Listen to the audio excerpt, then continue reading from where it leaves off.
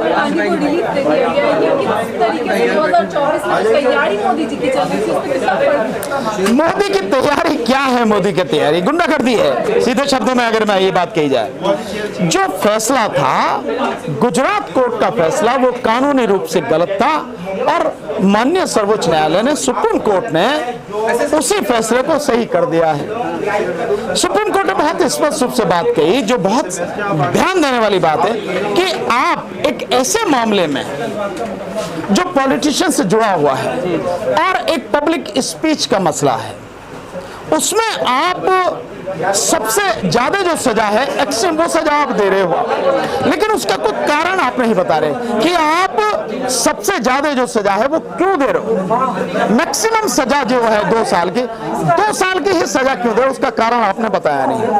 और ये मसला ऐसा है नहीं कि जिसमें आपको ये सब करना चाहिए। तो बहुत सारी चीजें हैं जो सुप्रीम कोर्ट ने आज सवाल उठाए हैं, और मैं समझता हूं उसके बाद सारी चीजें क्लियर हो गई कि जो कोर्ट का फैसला था निश्चित रूप से गलत था, और सुप्रीम कोर्ट ने स्टे कर दिया है। जो उनके सदस्यता है वो बहाल हो जाएगी। वक्त कैसे मैनेज कर पाएंगे इस चीज को? वो तो बड़े खुश थे कि देखो अच्छा हुआ ये अंधभक्त और ये सब जो है सारे लोग जब तक उनकी चलती है, उनके पक्ष में होता है तो खुश होते हैं, और जब उनके खिलाफ होता है तो फिर वो गाली निकालते हैं। फिर इनके जो IT सेल के तनख्वाही कीड़े हैं वो सब गाली निकालते हैं, ट्रोल करते हैं, जैसे चीफ साहब को किया जा रहा है। वीडियो वायरल हो रहा है जिसमें बीजेपी की सांसद कह रही है कि चुप हो जाओ वरना तुम्हारे ईडी आ जाएगी। भाई ये तो डर फैलाया है ना, प्रधानमंत्री ने ये डर फैलाया है कि अगर कोई कुछ कहेगा, या यूं कहो कि कुछ नहीं सरकार के खिलाफ अगर बोलेगा या सरकार के हक में नहीं चलेगा, तो सरकार ईडी के माध्यम से उसे जेल में बंद करवा देगी। और ईडी का दुरुपयोग हो रहा है, अब तो ये जग जाहिर है, अब तो सबके सामने है। तो जो बात कहा गया है कि ईडी तुम्हारे घर पहुंच जाएगी, तो क्या अभी तक उनके इस बयान से कहा जा सकता है जितना ईडी के छापे पड़े हैं वो प्लानिंग के तहत? निश्चित रूप से इसमें कोई कहने वाली बात ही नहीं है।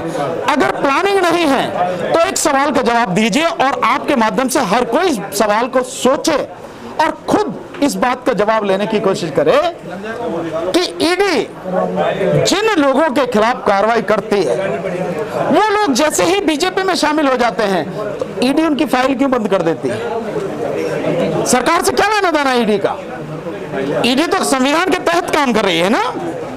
तो जिस अपराधी के खिलाफ आपने कार्रवाई की, जिसे आप कहते हो हजारों करोड़ का घोटाला है, लाखों करोड़ का घोटाला है, जैसे अगर आप अभी कहें, 2 उदाहरण बताते हैं महाराष्ट्र का, अगर देखें तो पहले शिंदे और कुछ लोगों के खिलाफ ईडी गई, ईडी ने कार्रवाई की, वो जैसे ही बीजेपी में शामिल हो गए ईडी की कार्रवाई खत्म। ठीक इसी तरह से जो अजित पवार है उसके साथ में जो लोग आए हैं, वो जितने भी लोग आए उनमें से 8-9 लोग हैं जिनको मिनिस्टर बनाया गया है, उन सबके खिलाफ ईडी की कार्रवाई, और एक तो उनमें से ऐसे था भी 2.5 साल जेल में रह के आए हैं, उन सबके खिलाफ ईडी ने कार्रवाई की शुरू की। और जैसे ही उन्होंने बीजेपी ज्वाइन कर ली, ईडी बंद हो गई, शांत हो गई। क्यों शांत हो गए भाई? क्या वो अपराधी नहीं रहा? वो अपराधी था, अपराधी है। अगर आप कह रहे हो तो फिर कार्रवाई करो आप, लेकिन जैसे ही बीजेपी में शामिल हो गए आपने कार्रवाई बंद कर दी। ये बहुत स्पष्ट रूप से इस बात को दिखाती है कि ईडी का और सीबीआई का जो केंद्र सरकार है, मोदी सरकार है, या सीधे शब्दों में कहो कि मोदी, देश का प्रधानमंत्री मोदी, ईडी और सीबीआई का अपने राजनीतिक उद्देश्य के लिए गलत इस्तेमाल कर रहा है। और ईडी के लोग अपनी संवैधानिक और कानूनी जिम्मेदारियों को भूलकर एक व्यक्ति की गुलामी करते हुए इस देश की तबाही के लिए जिम्मेदार है। राहुल गांधी को जो राहत मिली है, क्या वो इंडिया जो महागठबंधन तैयार किया गया है उसके लिए फायदेमंद होगा 2024 में? नहीं, देखिए गठबंधन जो हुआ है निश्चित रूप से एक बड़ी बात है, और आप इसकी सफलता का इस हिसाब से आकलन कर सकते हैं कि इस गठबंधन ने जो इंडिया नाम दिया है अपने गठबंधन को, उसके बाद बीजेपी में जिस तरह से खलबली मची हुई है, जिस तरह की बौखलाहट है, उससे ये सिद्ध होता है कि गठबंधन होने से बीजेपी पूरी तरह से परेशान है। पर मेरा यहाँ अपना मत है, ये निश्चित रूप से गठबंधन होकर गठबंधन की ताकत बढ़ी है, विपक्ष की ताकत बनी है, सरकार के लिए एक बड़ी जबरदस्त चुनौती खड़ी हो गई है।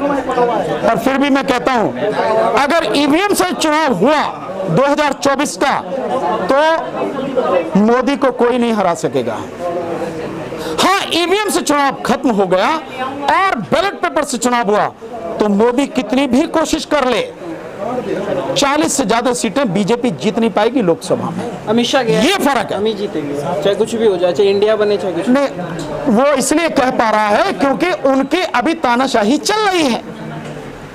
इलेक्शन कमीशन उनकी गुलामी करते हुए उनके लिए काम कर रहा है और सब कुछ, सारी व्यवस्थाएं, सब कुछ उनके कंट्रोल में है। जैसे ईडी है, जैसे सीबीआई है, जैसे इनकम टैक्स है, फोर्सेस हैं उनके कंट्रोल में, उनके हाथ में। उनका दुरुपयोग वो इलेक्शन जीतने के लिए करेंगे। लेकिन अगर फेयर इलेक्शन हो जाए और फेयर में भी बैलेट पेपर्स हो जाए, मैं लिख के दे रहा हूं कि बीजेपी, मोदी की तो बात छोड़ो, मोदी अमित शाह ऐसे हजारों, 1,000 अमित शाह और 1,000 मोदी अगर एक लोकसभा सीट पर भी खड़े होकर प्रचार करें तो भी 40 से ज्यादा सीट बीजेपी जीत नहीं पाएगी अगर बैलेट पेपर से चुनाव होगा। सुप्रीम कोर्ट का जो फैसला आया है उसके बाद क्या 2024 में लड़ पाएंगे चुनाव राहुल गांधी? क्योंकि अभी तो फिलहाल उनकी सांसदी निश्चित रूप से, निश्चित अगर सांसदी बहाल हो गई नहीं तो आने वाले समय में फिर कुछ ना कुछ तो उन्हें सजा वो तब की तब देखी जाएगी ना। हम कल्पना नहीं कर सकते ना कल क्या होगा। अगर कल्पना करते तो कल्पना हम ये करनी चाहिए कि भाई कल को आप भी प्राइम मिनिस्टर बन सकते हो, करो ना आप कल्पना। कल्पना नहीं कर सकते। जो परिस्थितियां हैं हम उसके हिसाब से बात करें और आज की परिस्थिति यह है कि गुजरात कोर्ट का जो फैसला था, हाई कोर्ट का जो फैसला था, उस पर स्टे लगा दिया और राहुल गांधी जी की सदस्यता बहाल हो जाएगी और इसके बाद वो चुनाव लड़ेंगे। क्या इसमें कोई दिक्कत है?